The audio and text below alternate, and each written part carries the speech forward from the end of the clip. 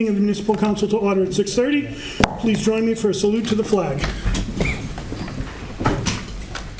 I pledge allegiance to the flag of the United States of America and to the republic for which it stands, one nation, under God, indivisible, with liberty and justice for all. Don't sit.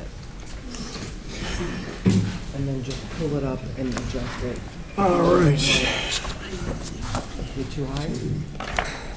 I entertain a motion to approve the records of May 3rd, 12th, 17th, 26th, June 7th, 14th, 21st, and 23rd. Second. Thank you. This requires a voice vote. All those in favor? Aye. Aye. Opposed? Motion passes. Thank you. Let's see, I entertain a motion to suspend the rules. Second. This requires a, what's this, a voice vote? Let's see. This will be a roll call vote, beginning with Councilor. Do you want to explain why? Oh, sorry. I was going to do that one. Okay. So the reason, to Vice President's point, the reason we're suspending the rules tonight is there are no committee reports. There were 3 that were going to be read. We've already called for committee meetings for each committee for this upcoming Thursday night. Therefore, there are no committee reports, which is why we're suspending the rules. Any questions or concerns on that?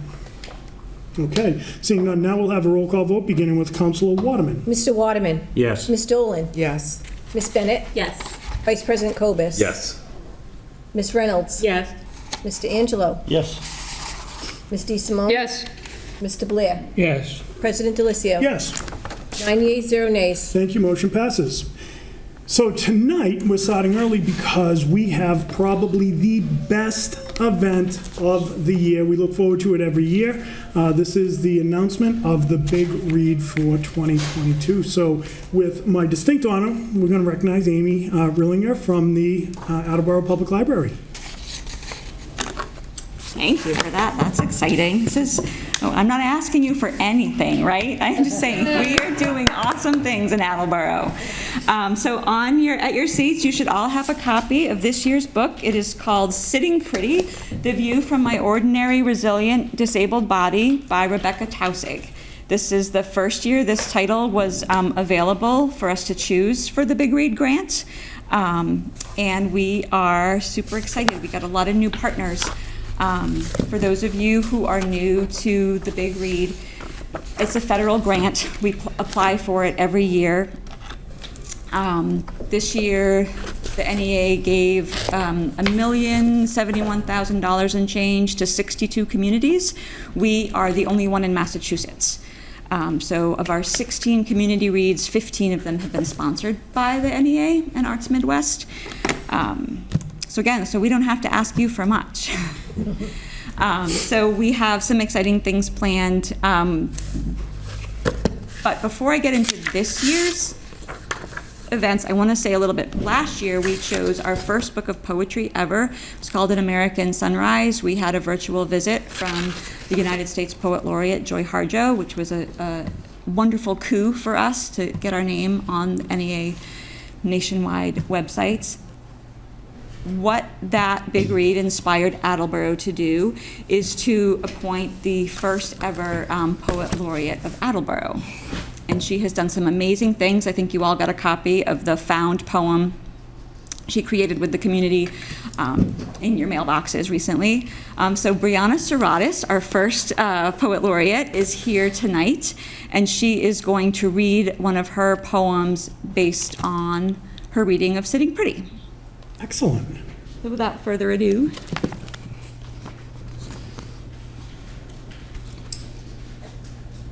Thank you everyone for having me here today. As Amy said, my name is Brianna Serratis, and I'm the inaugural Poet Laureate for Attleboro and a lifelong Attleboro resident. As Poet Laureate, I've had the privilege to connect with the community on a number of issues. One of those issues that's super close to my heart is disability studies. I attended Vassar College, where I took a number of disability studies classes, which culminated in a senior project where I worked with the Alzheimer's Association to create poetry about the experience of individuals whose family members were suffering with Alzheimer's and other dementias. Throughout that experience, I learned a lot about how society codes disability in our media, in our conversations, and just in our daily life. The poem that I've written and will share with you today is just talking about capturing the nature of othering, which often permeates the discourse on this issue.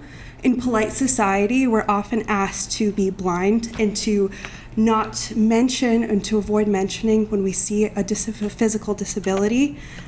Kids are often told, quote, not to stare. I think that Sitting Pretty is such a powerful book because instead of shying away from that discussion, Tossing not only asks us to look, but lends us her own point of view. And the subtitle of the book is My View from My Ordinary Resilient Disabled Body. So she really asks us to embody that and to take a moment to look with agency. So the poem that I'm going to share with you today is based on my reading of the book, and it's called Look Me in the Eyes. Look me in the eyes. There is a wall we build around certain words and stories we tell to keep them far, over hedges and moats, behind doors, behind machines in sanitary white, sitting in the same chair, in the same waiting room, in the same office, only to get a follow-up visit and no results. Disability is slippery, like a deep-sea eel that wriggles around as you try to grasp. Perhaps there is nothing to grasp at all.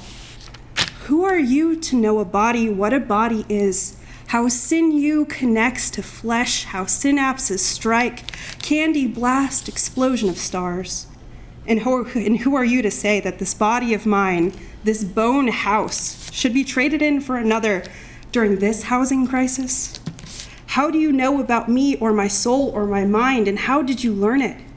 Was it from pressing mud into green grass, from freeling roots of this Mother Earth? Did she whisper to you? Did she tell you everything? Did she tell you that it was impolite to stare? That above everything, you cannot stare? You want me to be vulnerable with you. I am not vulnerable. I am Medusa, woman of snakes. Please know that I am very powerful. Thank you, and I'm super excited to work with you all in the future and to be a partner for this wonderful book and this wonderful initiative. Well done.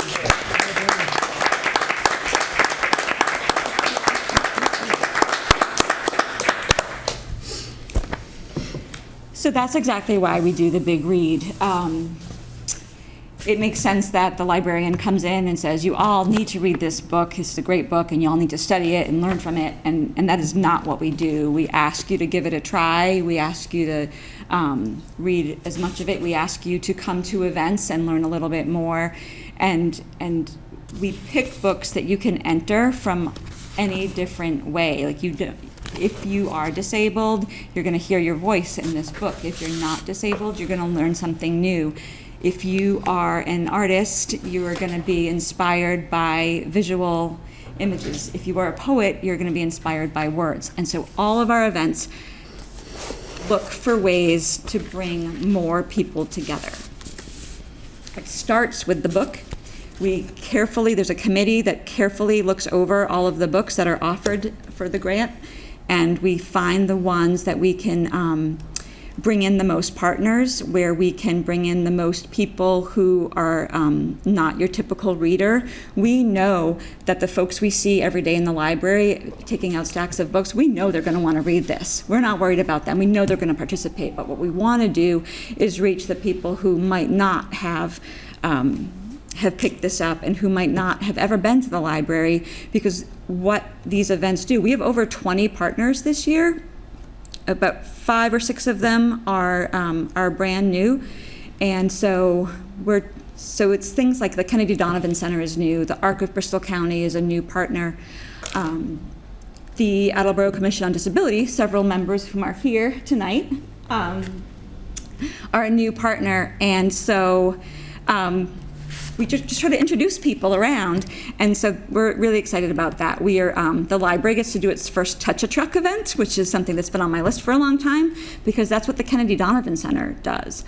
Every year they do this carnival where they invite the community to come and mingle with their families, and every year it is typically the families that they see every day. And so the Big Read can bring more people to Kennedy Donovan Center to learn about what they do. I mean, we've done it for 16 years now with different organizations, and happy to say partners like the Attleboro Arts Museum, which Mim is here tonight, and is a co-chair of our committee. We will have a beautiful exhibit. It's the kickoff event on September 10th.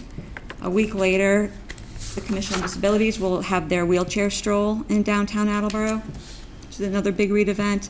And so what's new this year is we are not cramming all of these events into a 2-month period like we have done in the past. We're spreading them out from September to April. We've found that the beginning of the school year is a really tough time for families to come, adjusting to new schedules, sports, all the things. So, and library staff would like a few weekends to go apple picking or pumpkin carving. So we've spread things out in order to ease some of that stress on all of the partner organizations to take advantage of what the events that they already have going and how the library and its Big Read partners can improve them. Every year we hear people saying, so many of us grew up here, right? We feel like we know the whole city so well. Every year we hear, I've never been to Oak Knoll before. I didn't know about the land trust properties.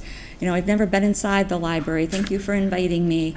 It's just a really wonderful way for people to share. And so I invite all of you to, you know, pick an event or two, try it out. It's this really great opportunity to talk to people when they are not I don't know what kind of questions you get, like, right? They're not saying, fix my pothole, lower my taxes, like, the things that I hear you guys deal with every day. It's just a really nice way to enjoy our city together and see where it takes us.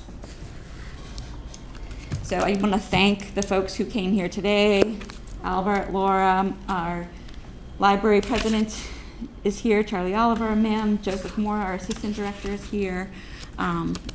Again, 20 organizations are taking time away from their regular work to be a part of the Big Read, despite all the extenuating circumstances we all have going on. Excellent. Great. Anyone have any questions or comments for Amy?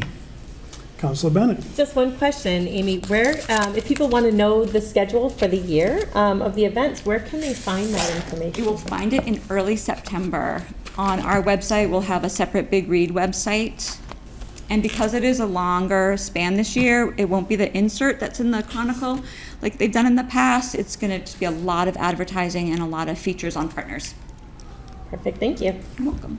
Councilor DeSimone. Thank you, President Delacio. Amy, I just want to say thank you to you and, of course, the Board of Trustees and the Big Read Committee for always being committed not just to the library but to building community, which, as I've said before, in this group is particularly relevant and important in the world that we're in right now.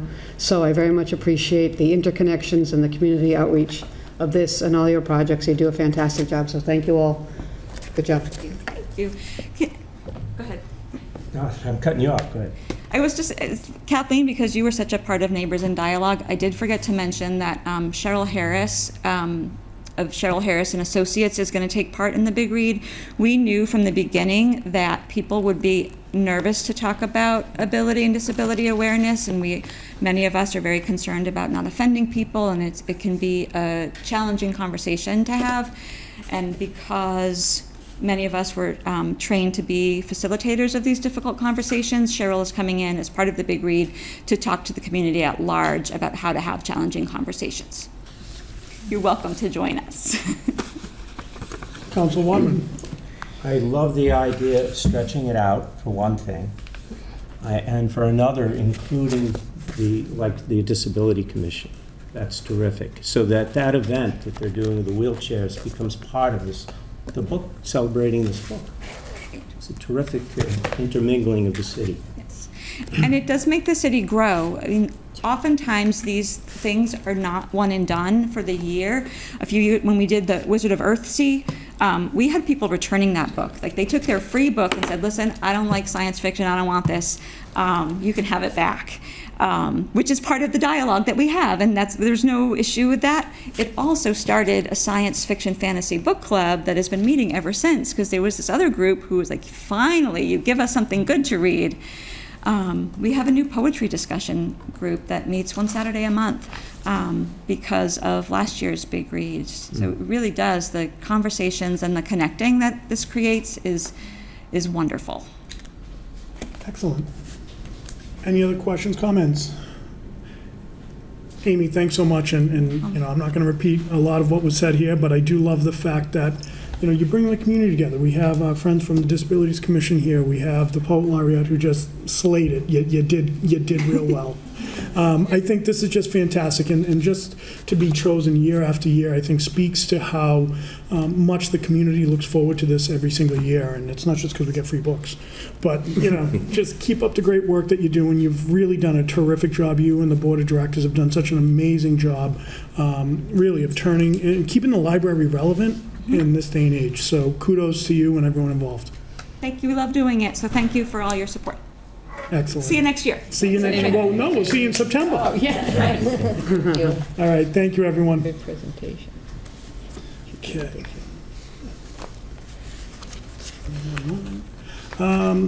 We will now go into public hearings. So, Madam Clerk, would you please read the notice for the first public hearing? First public hearing this evening to discuss changing the effective date of paper straws and plastic container bans in City Ordinance 7-13.6 and 7-19.6. So for this public hearing, we're not going to be taking public input because this issue requires a little bit more investigation on our end, make sure that we have this correct. So, Councilor DeSimone, do you see any reason to keep this open? I do not, President Deluzio. Thank you. And my understanding is we'll be calling for a public hearing in August on this topic. We'll be discussing this Thursday. It's on a related topic, yes. Very good. Thank you. We'll now go on to the reading of the second public hearing. Public hearing to discuss waiving allowable permit fees associated with the replacement of the gymnasium floors in Hyman Fine and Hill Roberts Elementary Schools. Thank you. We're going to cancel this public hearing because, as you'll see during the reading of the clerk's communication, the Director of Budget and Administration, Jeremy Stahl, sent down a memo which explains why this public hearing is no longer necessary. We're moving right along. And would you go on to the third and final public hearing? Third public hearing to discuss the proposed amendments to Section 16-11 regarding water assessments. Thank you. Do we have anyone to speak in favor? Good evening, Courtney. Good evening. Sorry I just made it. Car starting because of the heat. It's crazy. What's your name and address for the record? Sorry. Please? No worries, no worries. Take a deep breath. You're fine. Courtney Allen, Superintendent of Water, Flint Street, Pawtucket, Rhode Island. So this issue was actually brought to me by Deb Gould, the auditor, over the last winter. And it was related to the city council being able to accept Mass General laws related to deferments of liens and water assessments. And part of accepting Mass General law into city statute was accepting an ordinance relative to water assessments. And it turns out we had one, but it wasn't as hearty as it should be. So basically, the memo that was sent down for the changes, it mirrors what is already existing for wastewater, but for wastewater, it would be labeled as betterments. So this would be for if we were going to install a new main down a street where there was already no water service. And in a nutshell, what the water assessment would be is the property owners pay a portion of the water main work for the improvement, and the city would pay the rest. If there were any liens, state funding, federal funding, things like that, it would come off of the owner's share. Part of what needed to be in here and wasn't was the original water assessment ordinance. The surrounding property owners' portions were based off of linear footage along the street. That's not particularly a fair way to look at it. A more fair way to look at it would be potential properties. So instead of linear footage along the street where you could have somebody with a narrow lot where there's might be 4 buildable single-family houses. You could have somebody right next door with 200 feet of frontage and 50 or more buildable acres behind it. So it is based off of buildable units, based on single-family. And the reason single-family was chosen as our buildable unit instead of like tenement style, like 2, 3, 4 family homes, is based on the infrastructure. One multiple family home is one service, as is one single family home. So the infrastructure that ends up belonging to us in the end is no different from one side to the other. And that's basically why it was written. Okay, any question, Councilor Blair? Courtney, if a person owned frontage and had acreage, what formula do you use? And how much is it gonna cost that person? You know, what percentage? I know you don't know the cost of the pipe going in, but... Right, yeah, the cost of the pipe and the labor is gonna fluctuate, and as we see lately, it's just gonna go up. What we're looking at right now is the surrounding properties as a total would be 2/3 of the total cost of the project. And that's, the way it's divided is based off of buildable units. So say we have $1 million project, it kind of divides down easily, $660,000. Say there's 66 buildable units. Every buildable unit would be $1,000, $10,000. But my question is, somebody owns a big parcel of land, doesn't have water on that land, doesn't have pipes going through the property. Right. Why should they get assessed until that pipe is put in and they pay a portion of that? Right, it's the potential for it to be buildable. And again, we get into acreage, and we all know wetlands here. The potential, say, again, you have the 40-acre lot. If 1 acre is buildable, one house, they would get 1 unit cost. So it depends on buildable. But again, a water main down a length of street or any water main in front of your house is an improvement to the property. Not necessarily whether or not they have to tie in. I do also want to point out, before we kind of beat this a little bit to death, right now, this was actually put in place to be able to pass the statute. I can't think of a single neighborhood where we would actually be even able to do this. The water system's basically, for existing neighborhoods and in existing businesses, it's basically built out. So what we're seeing going in for neighborhoods is going to be subdivisions, and then it's based on the developer, and the cost of the water main ends up belonging to the houses. We got 2 developments on Locust Street right now that are in the works. One is 44 house lots. Yes. One across the street, I don't know if it's come to your attention Not yet, yet. but Locust Valley is going to be another big one. Okay. I just don't see those people being charged. If it, I know Locust Street's already Built out, right? Right, already got a really fairly new water line down there. But those people don't deserve to be charged till the water is to those properties. Right, well, when you get into new developments like that, the city isn't actually going to be installing the water main. In order to put a development like that and be able to keep water quality for that, the new neighborhood, including the surrounding areas, it's actually a requirement of the contractor to install all of the new main to the new houses and to loop back out to Locust Street. So I'm still getting back to, maybe I don't understand it, but you said if there's a possible 40-lot subdivision, and you're replacing the main on the main drive? No, it's not for replacements, it would be for brand new. So this would be, for example,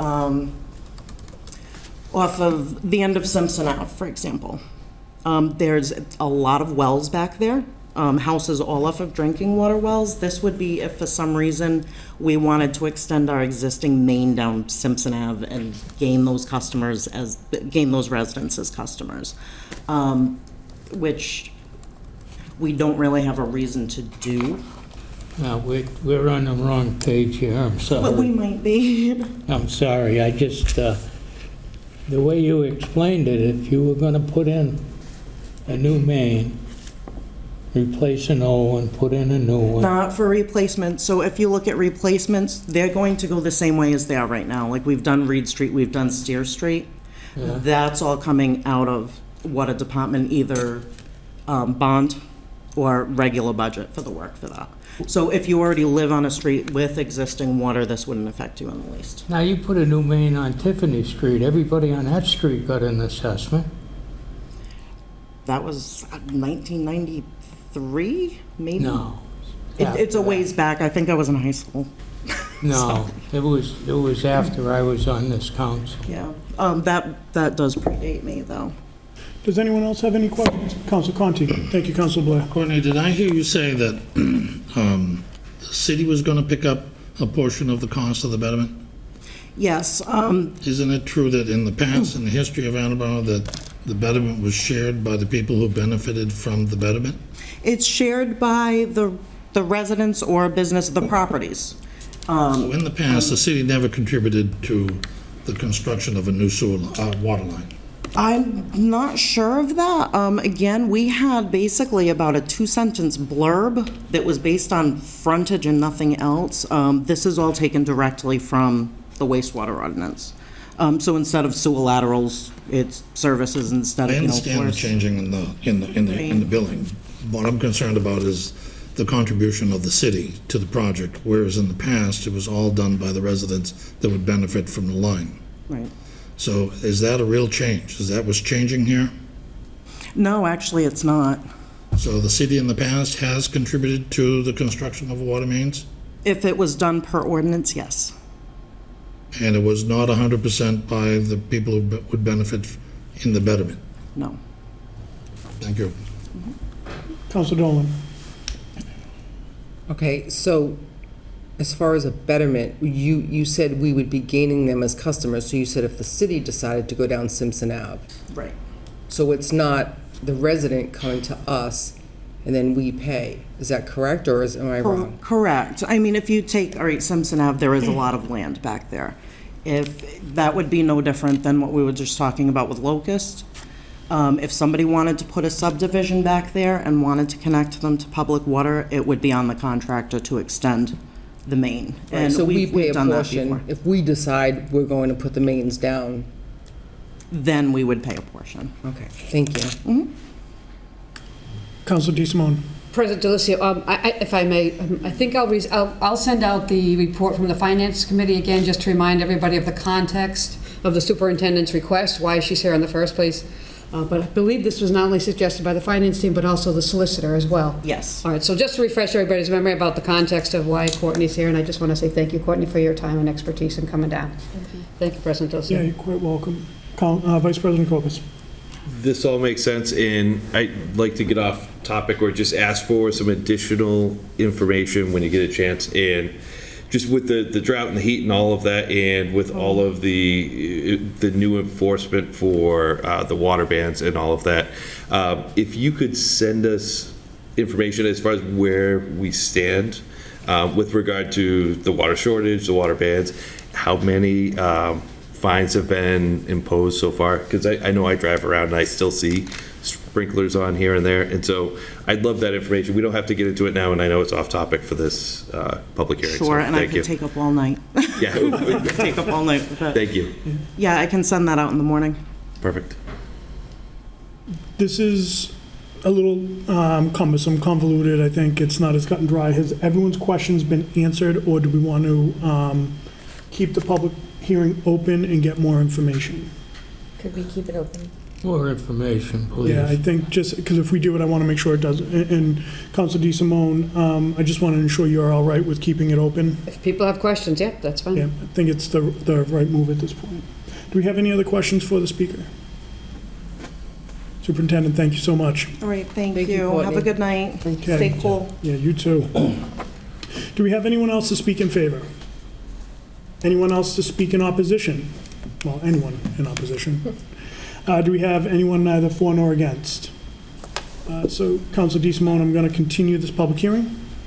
Sure. Will that mean, President Delacio, in August at the next? We'll take a look at the schedule, and I'd like to get it done as soon as we can. Agreed. So I'm thinking probably the Tuesday or the Thursday in August. Okay, So, thank you. yep, thank you. Thank you for your flexibility. We will now go into a reading of the mayor's communication. Madam Clerk. July 19th, 2022. Dear municipal councilors, I respectfully submit a communication from Legal Secretary Allison Wood regarding items that the Attleboro High School would like to declare as surplus. Therefore, I hereby request your honorable bodies to declare the following as surplus and available for disposition. Copies in your packets. Wall mats in the large gym. City property and claims, please. I respectfully submit for confirmation by your honorable body the appointment of Stephen Escobar, 240 Thatcher Street, Attleboro, to the Taxation Aid Committee. Copies in your packets. Personnel, Human Services, and Veterans, please. I respectfully submit an easement from Verizon New England Incorporated that has been approved as to form by City Solicitor Cynthia Amara. This easement is needed to place communication lines for the new high school at 100 Rathbun Willard Drive.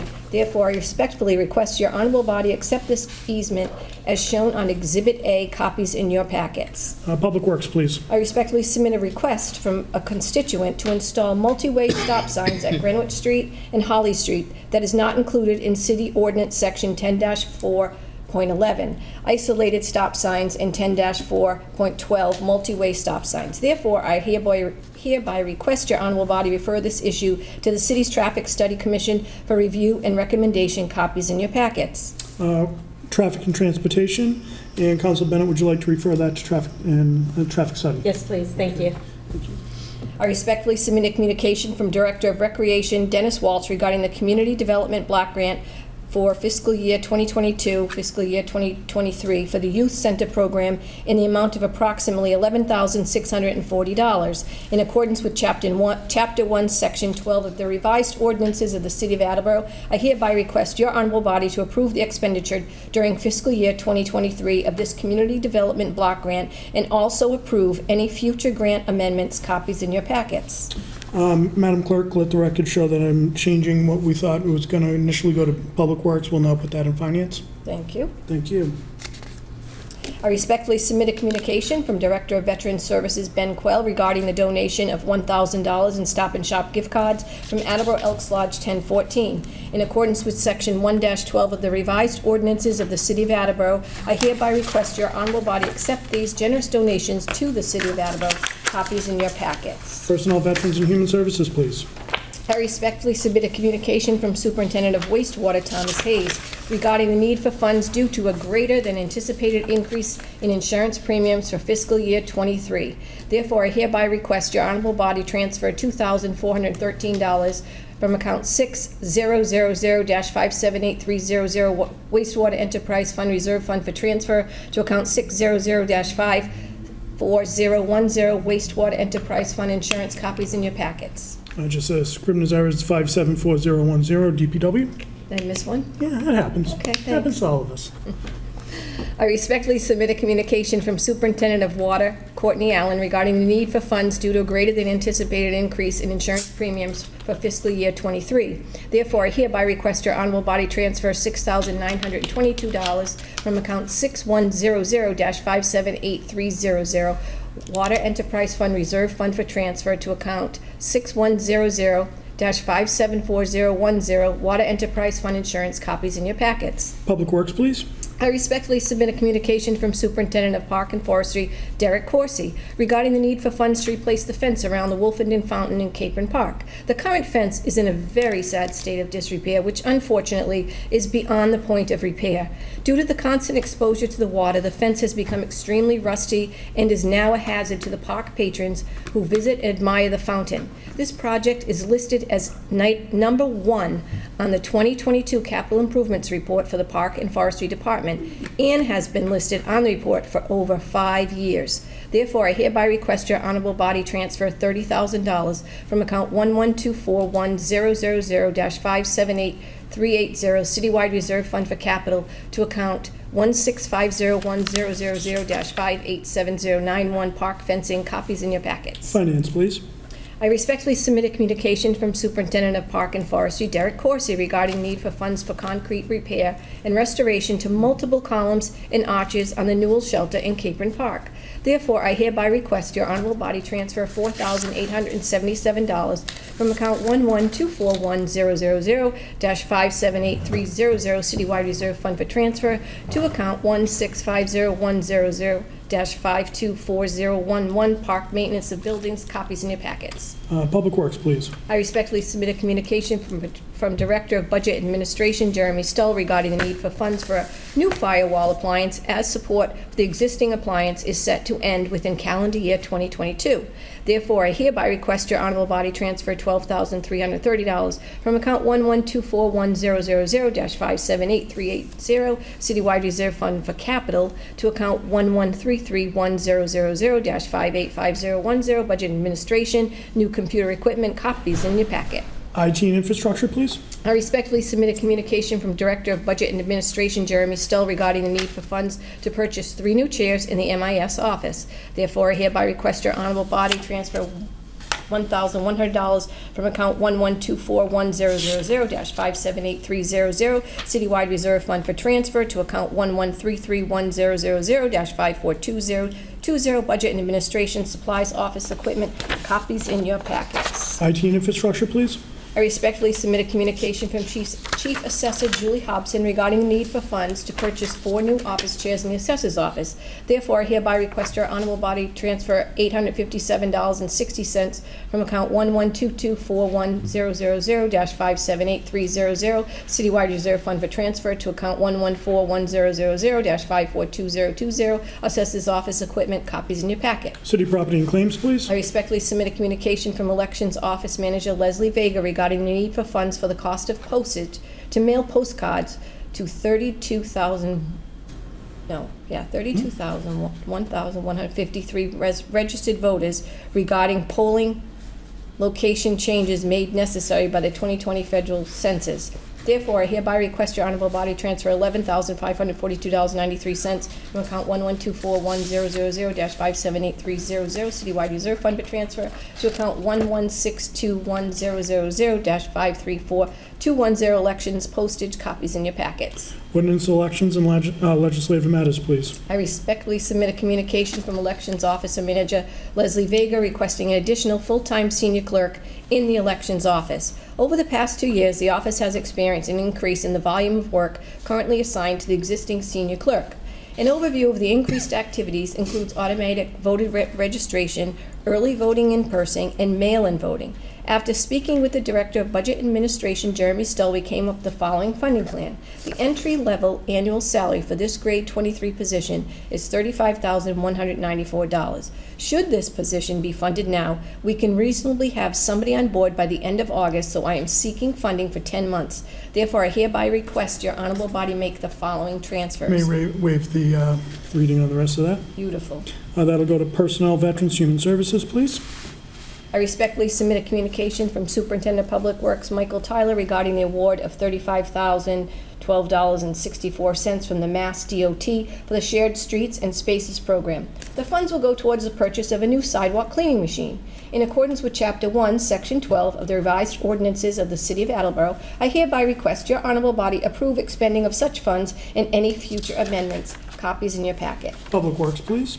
I respectfully submit a communication from Economic Director Catherine Fierick regarding the need to revise the authorization for a proposed tax increment exemption, TIE, agreement as required under the Massachusetts Housing Development Incentive Program, HDIP, for 27 to 39 South Main Street. This That'll go to Finance. Okay. Thank you. That's the way you're thinking. I respectfully submit a communication from City Auditor Deborah Gould regarding the E-rate funding for the library. As you know, the library is one of the 2 city departments eligible for E-rate funding. The library was successful in obtaining funding to defray 60% of the monthly cost of its data transmission and/or internet access with Comcast Business Communications. The total E-rate funding for the city's fiscal year delivery period is $8,928.36, which will be accounted for as a local receipt in the fiscal year 23 tax recap. Therefore, I respectfully request your honorable body appropriate $8,928.36 to account 1610100-5344040, library internet line.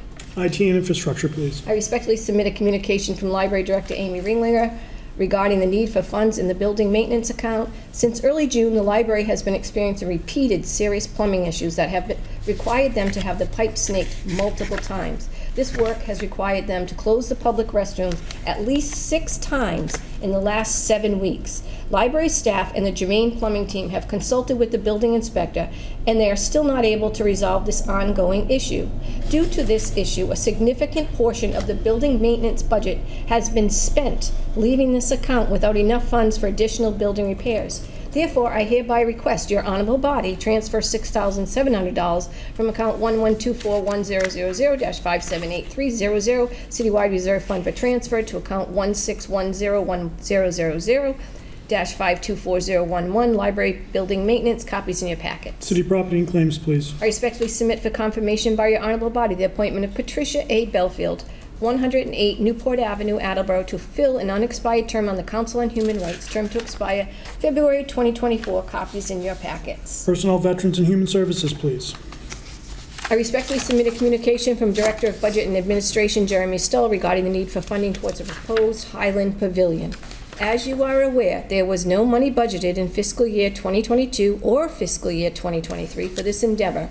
It is necessary to request seed money to hire professionals and to answer many of the questions posed by your honorable body. This would include hiring an engineering and an architectural firm to pinpoint the location of the pavilion, access the necessary tie-ins to existing utilities, provide preliminary design documents, and perform other due diligence to better determine the anticipated cost of the project. This work would then serve as the basis of the eventual project. Therefore, I request municipal council transfer $100,000 from account 1124100-57830 Citywide Reserve for Capital to account 1124100-59930 Citywide Transfer to Capital Fund, and to further transfer that $100,000 from account 1124100-59930 Citywide Transfer to Capital Fund to account 3572-499600 Highland Pavilion Transfer from General Fund. Copies in your packet. City property and claims, please. For the mayor's communication. And Madam Clerk, are there any other communications this evening? Yes, Mr. President, there are. There's the city clerk's communication of July 19th, 2022, a certificate of vote from the planning board dated June 24th, 2022, with 7 yeas, 2 nays, to recommend amendments to 17-3.3 prohibited use, 17-11.0 definitions, and 17-3.57 table of accessory use regulations of the zoning ordinance relative to commercial vehicles. Ordinances, elections, legislative matters, please. Correspondence from the Attleboro Firefighters Local 848 regarding use of the American Rescue Plan Act funds to pay public safety personnel premium pay for COVID-19 public health emergency. And that's an FYI. Correspondence from Demiral Holger, attorney, stating an auction that was scheduled in June for 1 Nichols Ave has been postponed until July 26, 2022 at 11 a.m. That's an FYI. And an application to waive building department fees totaling $168,700 from Preservation of Affordable Housing, Inc., owners of the Gardner Terrace Apartments on Pine Street. That is zoning and land use. Correspondence from Water Superintendent Allen notifying the Council of the Water Department's cross-connection control plan. Public Works, please. A correspondence from Chairman of the Elections Commissions, George Spatcher Jr., and from Deputy Police Chief Timothy D. Cook Jr., to approve the recommendation for police detail locations and assignments for the upcoming elections on September 6, 2022 and November 8, 2022. Refer to Ordinance, Election, and Legislative Matters Committee, please. We have a correspondence from Jeremy Stell, Director of Budget and Admin, advising the request to waive building department fees to remove and install gym floors is no longer needed, as the building superintendent reviewed the scope of work and advised as such. Finance Committee, please. We have a ring, a bell application, and a hawkers peddlers application from Adam Pelagi of Pelagi Brothers of 389 Benefit Street, Pawtucket, 02861. No public hearing is required. License Committee, please. And we have one lost communication, another ring a bell application, and a hawkers peddlers application from Wayne Labossiere of 104 Byron Avenue, Pawtucket, 02861 of Pelagi Brothers. No public hearing is required. License Committee, please. That concludes my communications. Thank you very much, Madam Clerk, and I would entertain a motion to go into Committee of the Whole. Second? All those in favor? Aye. Opposed? We are now in Committee of the Whole. If there's anyone who wishes to address the council on any matter of city business.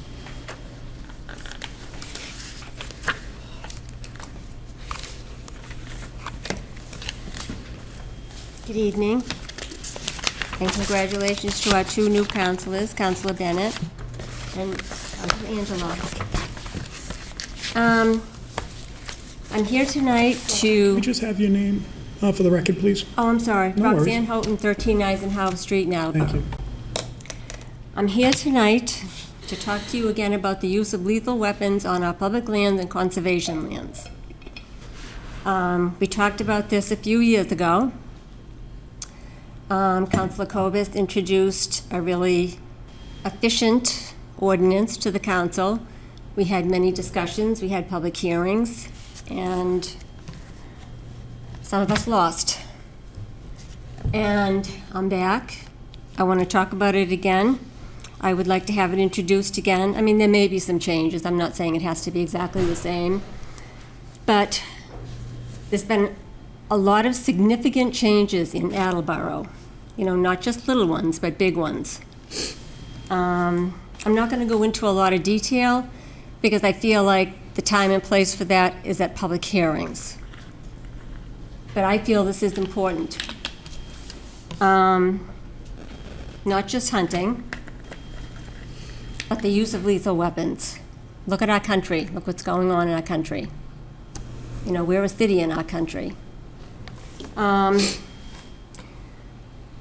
First, we've had, in the past couple of years since we addressed this, we've had massive losses of forested tracts of land in Attleboro. That's not a secret. Everybody can see it. That impacts our wildlife. It impacts our quality of life and how much space we have, people have, to part of our mental health thing. COVID. That was a major factor in all of our lives, and I think that one thing we all learned was it's nice to be outdoors. We have more people than ever and their families enjoying conservation lands, our public lands. They didn't want to be in malls, in movies, or any place. They wanted to be outside. And they have a right to be safe there.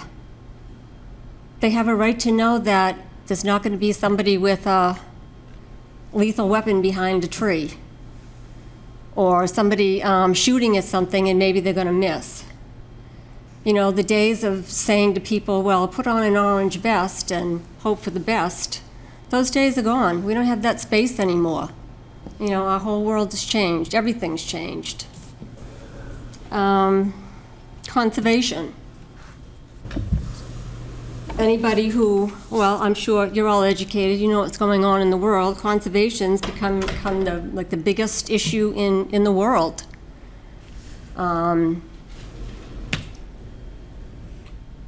We talk about conservation with the health of our community, our world, the biodiversity that we're losing, not just our animal life, but our plant life. All of that's important, and we need to protect it. And it should be used for conservation and not for things that can harm people and kill what wildlife we have left. You know, we have a responsibility to 47,000 people, not just a few who want to use it for something that's dangerous for everybody else. And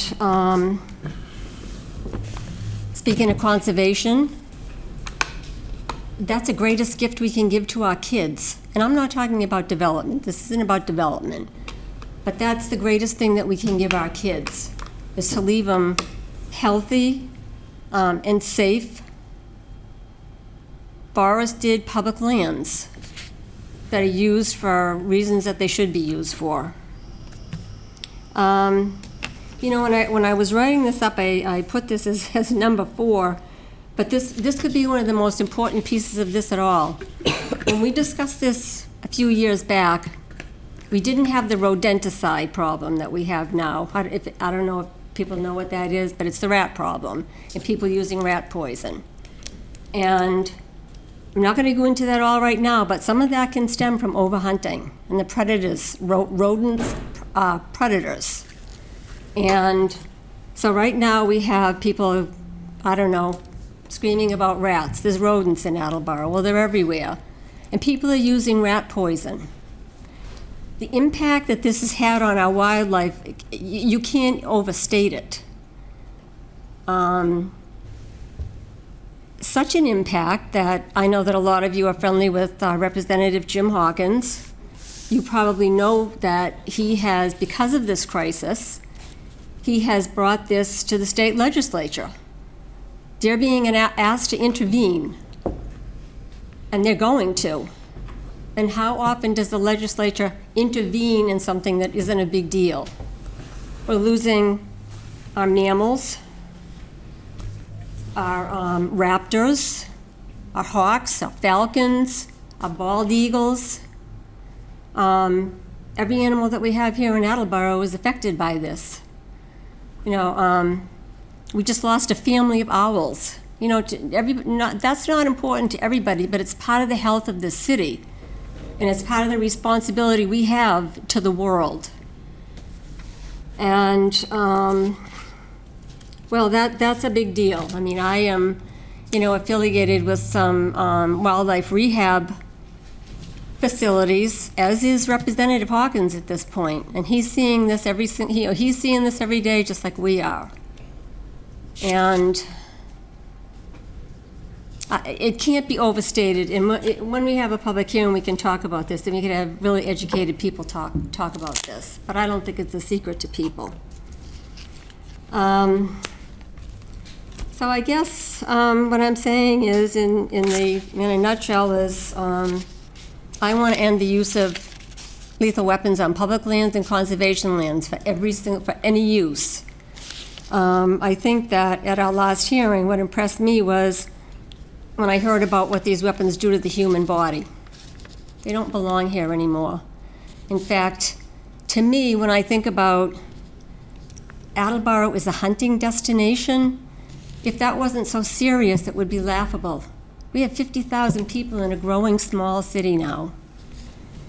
So I guess what I'm saying is I would like to see this put into a committee, and I would like to add to that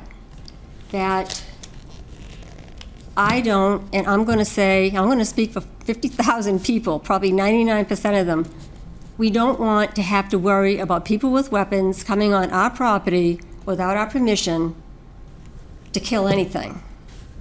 That's our land, that's our property. We have property rights in this country, and we're probably one of the only cities that isn't addressing this. You know, you want to come on my property and start shooting the new weapons, whatever they have, you need to knock on my door and you need to ask me. So I put this in a package with public safety, and I think that we need to put an ordinance in place, and public safety is the #1 job of everybody sitting here, every elected official. And the public safety isn't just weapons. It has to do with the health and well-being of everything in the city. So I'm asking that this come back in. We have another discussion. Things have changed, and that we change with the times as well. That concludes my statements. Thank you. Any questions for the speaker? So do you mind dropping, it looked like you had some written comments, if you could drop those with Virginia? I'll kind of do them over and give them to her tomorrow. Sure. Okay, is that right? All right, well, Perfect. thank you. Thank you. Thank you for coming down. And is there anyone else who wishes to address the council on any matter of city business? If so, please approach the podium. You know what she said. You did? You understood it? Good evening. Evening. If you could just give us your name and address for the record, please. Sure. Timothy Barone, 15 Manor Drive, and I also have a new office on 10 South Main Street. Okay, welcome. Appreciate your time, City Council and Council President. I did moved, like I said, a new office in the main center of Attleboro. Excuse me. No problem. It happens. Before I went, I checked all kind of the costs of moving the business here. And one of the things that I checked was parking. And I did come to the clerk's office to check how much the city parking would be. And it was $30 a month or $81 for a quarter. And I checked it 3 times. And then all of a sudden on July 1st, I found out that it was all being raised by 61% on one day. And I've talked to just about anyone in the garage that they didn't hear of the public hearing. And I know there's a set pattern to do the public hearing, but really, ideally in the spirit, someone would have shown up if they were upset about it, because it was a big difference if you raised 67%. So I did text a bit with the mayor and talked with him in person for quite a while, which I appreciated his time. And he said to show up here at this meeting and request a reversal. At least I'm not sure what the verbiage is of that. But just, like I said, we planned for the next year, the budget was going to be $30 a month or 81, which might not seem a lot, but if you look at just 67% raise on one day. And I did talk to Jeremy Stahl, and he said that a lot of things in the city could be either underwater or just treading water. And he just said, well, that was kind of treading water. It wasn't like, tremendously upside down. And I know people do want maintenance on the garages, but I was happy with relatively inexpensive or pretty inexpensive parking for the cost of maybe a few bottles, or maybe, if they had to wash the garage every once a week or something like that, everyone would have to move their cars and move them back. So that's why I just wanted someplace where I could leave the car, do our business, and drive around. So I'm not sure like I said, what the mechanism was, but the mayor had said come here and ask for a reversal on that, or at least I don't know if there's a stay of execution or whatever, like I said, the verbiage could be. Yeah, so thank you for raising this, and I think it's, especially in today's day and age, it's sensitive. It's a sensitive subject. So without getting to a he said, she said, Right. and a roundabout, I think this is a meeting with the mayor this week. I can ask him if there's an appetite to send it down, because that's something that would have to come down through the administration, because we don't set fees, we vote on fees Right. as presented. But that's certainly a conversation I'm willing to entertain with the mayor. Because one thing we talked about is, and maybe comparison to other parking garages, it's really low. But just like I said, if people budget for it, and I like I said, I talked to people across the way in the apartment buildings. They said, well, we don't have any place to park, so we have to pay for this parking. And if it goes up by that much, from $81 a quarter to $135, it does the budget. We talked about if it's going to be raised by like that much, maybe do it over 4 years. And I know that might be annoying, or maybe not as quickly, but that way at least people can kind of, it wouldn't be as much of a surprise, just because it would have been good, or if the people in the garage had found out about the public hearing, which I think, putting an ad in the Sun Chronicle and then something on the window is great, but it didn't seem to do the job of getting to the people that were like, this all of a sudden on July 1st found out everything was raised. So that was the 2 points I'd made with the mayor. It's just, it was kind of a surprise, big jump, and then I guess the third point was maybe do it over 4 years, which, especially if the garage isn't underwater, at least for Jeremy, in a casual conversation, he said maybe if you check the numbers, it's really doing badly. I don't know. Yeah, so I think, Mr. Brown, was it? Yes. Thank you for coming down. I think certainly worthy of having a conversation with the mayor, which I have no problem doing later on this week, and we can see what comes from it. Okay, I appreciate it. For sure, President. absolutely. Thank you. Any questions for the speaker? Seeing none. Mr. Brown, thank you very much. Okay, thank you. Thank you. All right. Is there anyone else who wishes to address the council on any matter of city business? Seeing none, I would entertain a motion to arise from committee of the whole. Second. All those in favor? Aye. Opposed? We now have arisen from committee of the whole. As I mentioned earlier, there are no committee reports. There is no old business. There is one piece of new business for which I will recognize Councilor DeSimone. Oh, yes, thank you, President Delacio. You're welcome. I just need 1 minute to find my agenda with the new business in it. Sorry, my apologies. 1 second. It's on the, okay. I move to have the following new business assigned for study and recommendation, whether the city of Attleboro should join a growing number of gateway cities in accepting Chapter 40U of the Massachusetts General Laws, which expands local authority to collect unpaid fines, specifically those issued for violations of city ordinances regulating sanitation, housing, and snow removal. Second.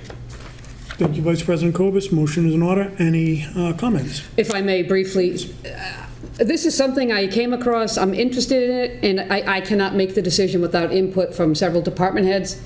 I had begun corresponding with the auditor and the budget administrator, and it just became clear that we need to hear from several other people, and that via email wasn't the way to go. So I thought that introducing it, putting it in committee, and having them come forward and do some research and advise us whether or not this was a good way to go. I will say that 26 gateway cities have adopted this measure, and it's just another avenue, and indeed in some ways a more expeditious avenue of collecting fines and for violations in the city. However, there are some things that would be required to do so. So it's worth exploring. That's what I'm hoping to do. Okay. Any other questions or comments on this piece of business? Council Waterman. The only question that I have is why would this be more specific to gateway cities? I don't know why gateway cities are adopting it, but it was just a fact that I came across. But there are other municipalities, not just gateway cities, quite a few cities. It's just another avenue. Right now we have a non-criminal disposition process that ultimately can send people to court, and the city to have to go to court to collect various fines. This is a way to do that without going to the district court. So it can be more efficient, and also, in my little bit of understanding, if I may, can allow the municipality to put liens on people who don't pay for the fines, which is not an option at this time. So there's several reasons why I think it's worth exploring. I just don't know where we're going to wind up in all candor, but I do think it's worth exploring. Okay. Councilor Angelo. Thank you, President Delosio. I don't know if this is a proper question or not, but what would be like some examples of some of these fines or Violations, building code violations, nuisance, other types of things. We shouldn't be arguing the benefits Sorry, President Delosio. right now. If there's just questions about the overarching before we assign it to committee. Yeah. I think valid questions. No, I wasn't arguing, I was just Yeah. asking a question. Yeah. Well, discussing, these are things that once it's in committee, it's more appropriate to ask those questions. My apologies. No? Good question. Any other questions on this? All right, seeing none, all those in favor? Aye. Opposed? Motion passes. We'll assign that to elections, ordinances, and legislative matters. And Councilor DeSimone, would you like to call for a public hearing on September 20th? Yes, that would be perfect, September 20th. Thank you very much. All those in favor? Aye. Aye. Opposed? Motion passes. Anything else, Councilor DeSimone? Yes, if I may, it's off topic, President, it's not new business, but just in terms of the committee meeting on Thursday, I wanted to give my committee members and the council just a heads up of what I'm hoping to do. Which the most significant parts are, I'm hoping to discuss and vote out the proposed NIP ban, the amendment to Chapter 7, and the proposed amendment to the Municipal Building Commission ordinance as well. I'd like to move those out expeditiously because there's more stuff keeps coming, so I want to move stuff out. So just a heads up all, I do have some documents that I'll be giving everybody at the close of this meeting in preparation of Thursday's committee meeting. Very good. I appreciate the diligence. Thank you. Before we adjourn, just a little heads up what Thursday's going to be. This is going to be, we'll call the meeting to order, we'll recess so we can go to committee meetings, we'll vote out whatever's time sensitive, whatever you feel you want to get out before we meet again in August. And then we'll come back and we will go to committee reports. Any questions about Thursday? All right, seeing none, I would entertain a motion to adjourn. Second. Thank you, Vice President Cobus. All those in favor? Aye. Aye. Opposed? We adjourned at 7:33. Thanks, everyone.